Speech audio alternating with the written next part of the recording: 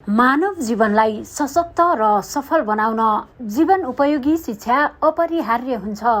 अज्ञानता र अन्धविश्वासलाई चिर्दै सम्पन्नता र सफलतातिर उन्मुख बनाउन गुणस्तरीय शिक्षा आवश्यक मात्र नभई मानवको अन्तर्निहित प्रतिभाको प्रस्फुटन गरी प्रतिस्पर्धी नागरिक बनाउने शिक्षा आजको आवश्यकता पनि हो।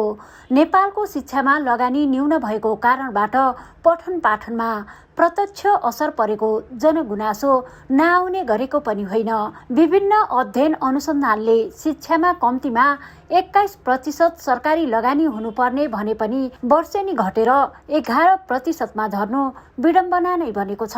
शिक्षण सिकाइ प्रक्रियालाई रोचक र गुणस्तरीय बनाउन पर्याप्त लगानी पहिलो शर्त भएको शिक्षाविदहरूको बुझाइ छ।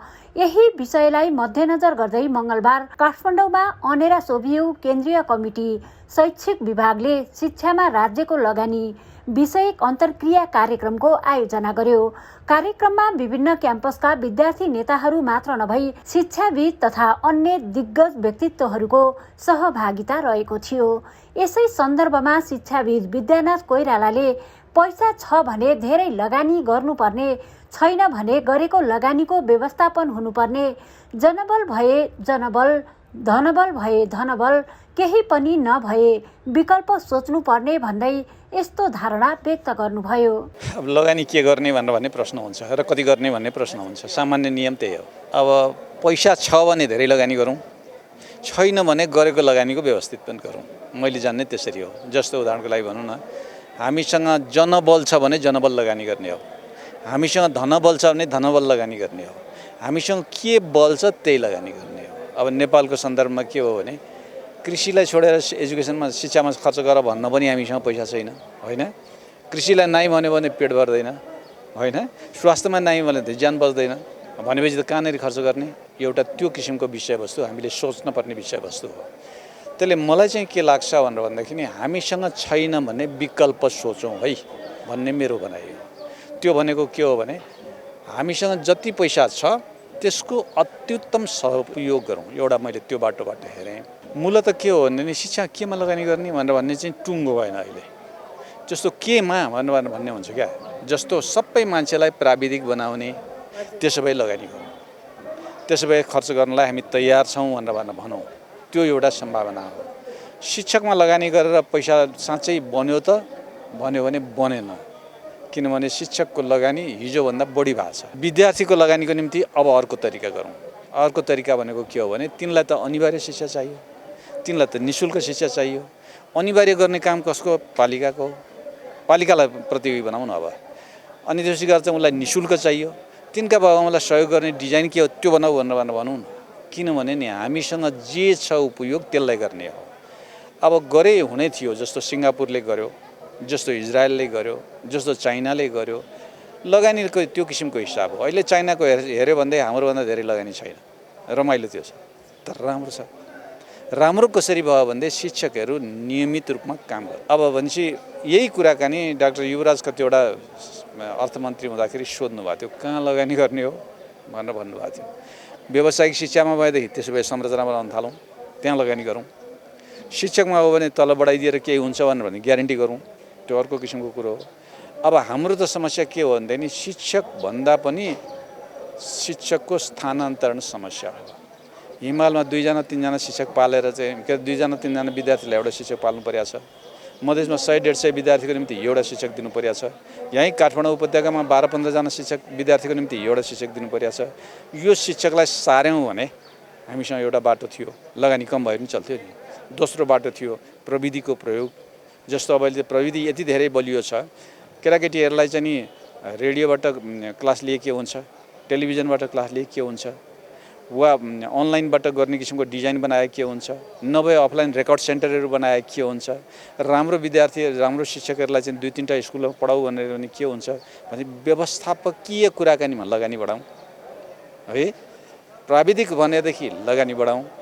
लगानी बढाइसकेपछि त्यो मान्छेबाट उत्पादन पनि हाम्रै निम्ति हुने किसिमको ढङ्गले चाहिँ गर्नुपर्ने हो। किनभने अहिले सिटिबिटीको लगानी कहाँ गएको छ? विदेश गएको छ। विदेश जानलाई हामीले लगानी गर्ने हो। हाम्रो नर्स कहाँ गएको छ? विदेश गएको छ। गर्ने हो हामीले लगानी। अब यो चाहिँ प्रश्न गर्ने विषयवस्तु हो। यहाँको विचारमा चाहिँ केमा लगानी गर्दा? मेरो दृष्टिकोणमा लगानी गर्ने ठाउँ के हो भने हर केटाकेटीले गरी खाने सिप बनाउनको निम्ति शिक्षकलाई तयार पार्न लगानी। त्यो लगानी भनेको के हो भने पालिकामा शिक्षकहरूलाई गर्नुपर्छ है। हर केटाकेटीले गरी खाने कुराकानी जान्नुपर्छ है। त्यो कसरी गर्ने भन्दाखेरि सजिलो उपाय छ। हर केटाकेटीलाई एउटै खेतीमा, बाख्रा पालनमा, कुखुरा पालनमा भन्ने होइन। केटाकेटीले के खोज्छन्, के रहर गर्छन्, त्यो रहरमा उनलाई सहयोग गर्नेमा त्यो किसिमको प्रक्रिया गर्यो भनेदेखि मलाई लाग्छ लगानी पनि उपयोग हुन्छ, काम पनि हुन्छ।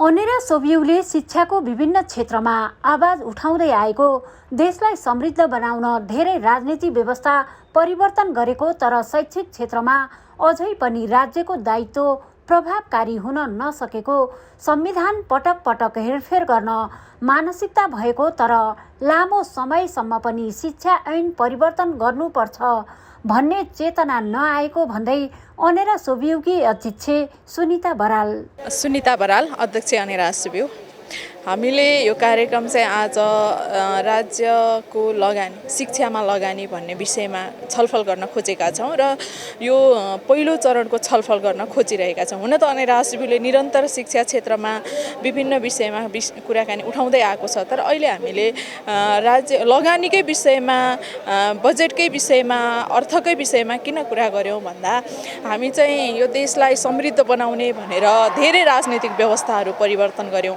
तर शिक्षा क्षेत्रमा अझ पनि राज्यको दायित्व प्रभावकारी हुन नसकिरहेको, राज्यको जिम्मेवारी जति नीतिगत व्यवस्था छन् ती पनि प्रभावकारी रूपमा कार्यान्वयन हुन नसकिरहेको एउटा अवस्था छ भने अर्कोपट्टि हामीले हेर्दा हामीले संविधान चाहिँ पटक पटक चेन्ज गर्ने मानसिकता हामीसँग छ, त्यो चेतना छ, तर शिक्षा ऐन चेन्ज गर्नुपर्छ भन्ने कुरा चाहिँ अहिलेसम्म पनि भएन।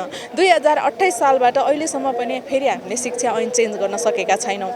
यो सँगै जोडिएको हाम्रा चाहिँ सङ्घीय राज्य सञ्चालनसँग जोडिएको हाम्रो व्यवस्था, तीन तहको सरकार र आज सबैभन्दा बढी जवाफदेही भएर काम गर्नुपर्ने सरकारको रूपमा हामीले स्थानीय सरकारलाई बनाएका छौँ। नीतिगत व्यवस्थाहरू त्यसरी लिपिबद्ध गरिएका भए पनि स्थानीय सरकारको जवाफदेहिता चाहिँ यो तहको पाइँदैन। त्यसको अर्थमा आज विश्वका धेरै मुलुकमा हेऱ्यौँ भने सबैभन्दा प्रमुख क्षेत्र, बजेटको लगानीको प्रमुख क्षेत्र चाहिँ शिक्षा क्षेत्रलाई मानेको पाइन्छ, तर हाम्रो देशमा केही वर्ष अगाडि 12-13% पुर्याइएको बजेट, शिक्षामा छुट्याइएको बजेट पनि आज 10%मा झर्ने अवस्था बनेको छ।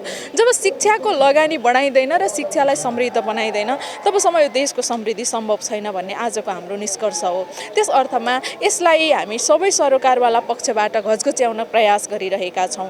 यो चाहिँ आज पनि हाम्रो मनोविज्ञान के छ भने विद्यालयका बिल्डिङहरू सुन्दर बन्ने कुरा मात्रै शिक्षामा आएको समृद्धि हो कि बजेट त्यहाँ लगानी गर्दा मात्रै प्रभावकारी हुन्छ कि भन्ने छ। तर अब हामीले सिपमूलक अध्ययन अध्यापन गराउने कुरामा बढी प्राथमिकता दिनु पर्यो। सिप चाहिँ हामीले बिल्डिङभित्र मात्रै होइन, प्रयोगशालामा गर्ने सिपका परीक्षणहरू एउटा पाटो होला, अर्को अनुसन्धानमूलक रूपमा गर्ने अर्को पाटो हुन्छ। यी दुईटै कुरालाई, प्रयोगात्मक विषयलाई र अनुसन्धानमूलक विषयलाई सँगसँगै लिएर जान सक्यो भने मात्रै हाम्रो जीवनका लागि उपयोगी शिक्षा प्राप्त गर्न सक्छौँ, जसका लागि बजेट नै बढी प्रभावकारी बन्नुपर्छ। र अर्को पाटोबाट हेर्दा आज शिक्षा क्षेत्रमा रोजगारको आकर्षण पनि कमजोर भइरहेको छ। अरू कहीँ पनि रोजगारीको सम्भावना भएन भने मात्रै शिक्षक हुन जाने भन्ने खालको जुन समाजको मनोविज्ञान छ, यो परिवर्तन गर्नका लागि पनि बजेटमै वृद्धि गर्नुपर्छ। जब शिक्षकले सबैभन्दा राम्रो आकर्षक चाहिँ तलब प्राप्त गर्ने स्थिति बन्छ, त्यहाँ सबैभन्दा गुणस्तरीय शिक्षा हासिल गरेका उत्कृष्ट विद्यार्थीहरू र उत्कृष्ट प्राध्यापकहरू जाने सम्भावना हुन्छ। त्यसकारण शिक्षामा बजेट गर्ने यी बहुआयामिक विषयहरूसँग जोडेर हामीले छलफल गर्न खोजेका छौँ। राज्यले वर्षेनी शिक्षामा गरेको लगानी खेर गइरहेको, तर विद्यार्थीले गुणस्तरीय निशुल्क शिक्षा नपाएको अवस्था छ। अहिले पनि करिब 8 लाख विद्यार्थी शिक्षाको पहुँचमा छैनन्। भर्ना दर न्यून रहेको छ। वर्षेनी ठूलो संख्यामा विदेशी नै विद्यार्थीका कारण अरबौं रुपैयाँ विदेश पलायन भएको अवस्थामा कसरी यी सबै विषयको व्यवस्थापन गर्न सकिन्छ भनेर सबै पक्षलाई समेटेर अन्तर्क्रिया कार्यक्रमको आयोजना गरेको अनेरा सोभियुका सचिव तथा युवा प्रमुख गोविन्द गिरी बताउनुहुन्छ। हामीले विद्यार्थी सङ्गठनहरूले अहिले जुन राज्यले चाहिँ शिक्षामा लगानी गरिरहेको छ त्यो लगानी चाहिँ प्रत्येक वर्ष करिबन 11%, 12%, 10%को हाराहारीमा चाहिँ टोटल बजेटको छ। तर त्यो लगानी खेर गइरहेको जस्तो हामीले महसुस गरिरहेका छौँ। जुन गुणस्तरीय शिक्षा चाहिँ हामीले आवाज उठाएका छौँ त्यो आवाजहरूलाई चाहिँ हाम्रो जुन शिक्षा चाहिँ निःशुल्क हुनुपर्छ, अनिवार्य हुनुपर्छ भनिरहेका छौँ त्यो अहिले पनि पाउन सकिरहेका छैनौँ। त्यस कारणले गर्दाखेरि जो आज पनि करिबन 8 लाख विद्यार्थीहरू विद्यालयभन्दा बाहिर छन्। अझ कक्षा भर्ना दरहरू हेर्ने हो भने 9 देखि 12 सम्मको माध्यमिक तहको भर्ना दरहरू हेर्ने हो भने जम्मा 51% छ। अझै पनि 49% विद्यार्थीहरू बाहिर रहेको अवस्थामा यी विद्यार्थीहरूलाई कसरी हामीले चाहिँ विद्यालयमा ल्याउन सकिन्छ या भर्ना दरलाई कसरी इम्प्रुभ गर्न सकिन्छ र विदेशी वर्षेनी करिबन 50 देखि 60 हजार विद्यार्थीहरू बाहिर गइरहेको छन्। नेपालको 1 खर्ब 25 अर्बभन्दा बढी रुपियाँ चाहिँ विदेश पलायन भइरहेको छ। त्यो पुँजीलाई चाहिँ नेपालमै राख्नको निमित्त शिक्षा मन्त्रालयले कसरी काम गरिरहेको छ।